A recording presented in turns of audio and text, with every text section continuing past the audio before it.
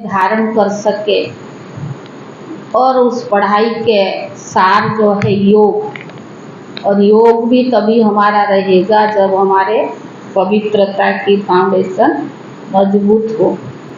जितना हम पवित्रता में मजबूत है हमारा पवित्रता का फाउंडेशन, उतना हमारा योग लगता जाएगा और विकर्म विनाश होगा और आत्मा का श्रृंगार भी बढ़ता जाएगा। अगर पवित्रता में कमी है तो बाबा ने कहा योग में जौहर नहीं भरेगा, और योग में जौहर नहीं भरेगा अगर किसको हम वाणी के द्वारा सुनाते हैं तो उसका असर उनको नहीं पड़ेगा। तो बाबा ने कहा योग का आधार भी पवित्रता ही है। कहते हैं कि शैरनी के दूध सोने के बर्तन में ही ठहर सकता है, और ये जो बाबा ज्ञान देता है, नॉलेज देता है, ये भी बुद्धि में तभी ठहरता है जब हमारी बुद्धि पवित्र हो। पवित्रता के बगैर बाबा ने कहा योग भी नहीं लगेगा और विकर्म भी भस्म नहीं होगा।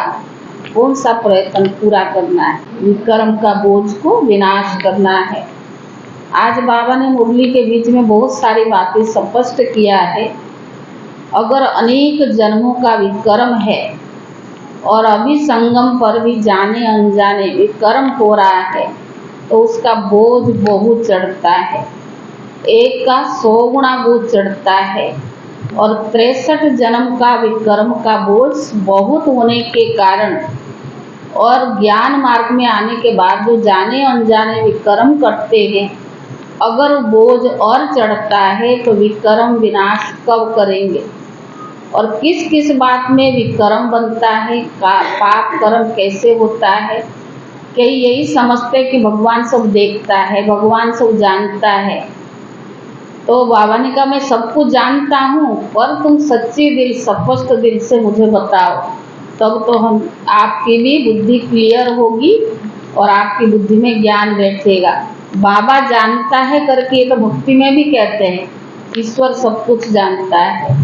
तो बाबा ने कहा जो बाबा को सच्ची दिल से सारी बातें बताएंगे तो बाबा विकर्म से हमें बचा भी लेगा और आगे से हमारी विकर्म भी नहीं होगा। तो बाबा ने कहा ना ज्ञान सुनने और सुनाने से कोई फायदा हो, इसका मूल आधार है जब तक हमारी विकर्म विनाश ना। बाबा की महावाक्य का सार है, मीठे बच्चे पढ़ाई का फाउंडेशन है प्यूरिटी। प्यूरिटी है तब योग का जौहर भर सकेगा। योग का जौहर है तो वाणी में शक्ति होगी। प्रश्न है तुम बच्चों को अभी कौन सा प्रयत्न पूरा करना है? उत्तर है सिर पर जो विकर्मों का बोझ है उससे उतारने का पूरा पूरा प्रयत्न करना है। बाप का बनकर कोई विकर्म किया तो बहुत जोर से गिर पड़ेंगे। बी के की अगर निंदा कराई, कोई तकलीफ दी तो बहुत पाप हो जाएगा। फिर ज्ञान सुनने और सुनाने से कोई फायदा नहीं। फिर ज्ञान सुनने और सुनाने से कोई फायदा नहीं। ओम शांति।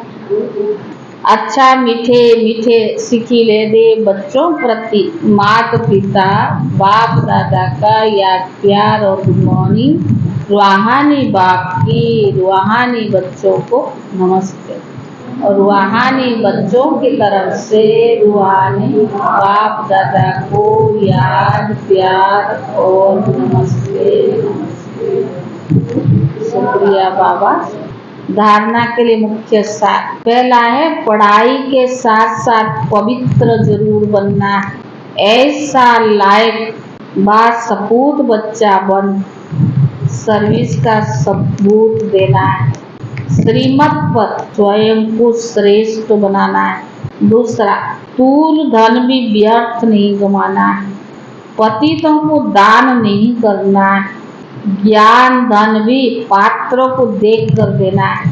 आज का वरदान पुराने संस्कारों का अग्नि संस्कार करने वाले सच्चे मर्जीवा भव। जैसे मरने के बाद शरीर का संस्कार करते हैं तो नाम रूप समाप्त हो जाता है ना। ऐसे आप बच्चे जब मर्जीवा बनते हो, शरीर भले वही है लेकिन पुराना संस्कार, स्मृतियां व स्वभावों का संस्कार कर देते हो। संस्कार किया हुआ मनुष्य फिर से सामने आए तो उसको क्या कहेंगे? तू मर गया। अगर वो सामने आए तो क्या कहेंगे? भूत कहा जाता है ना।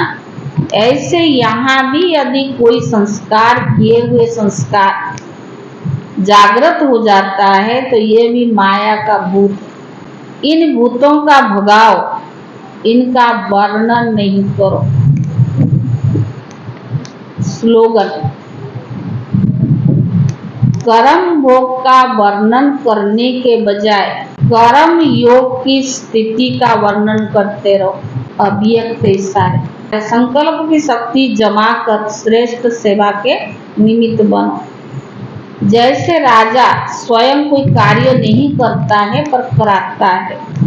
करने वाले राज्य कारोबारी अलग होते हैं।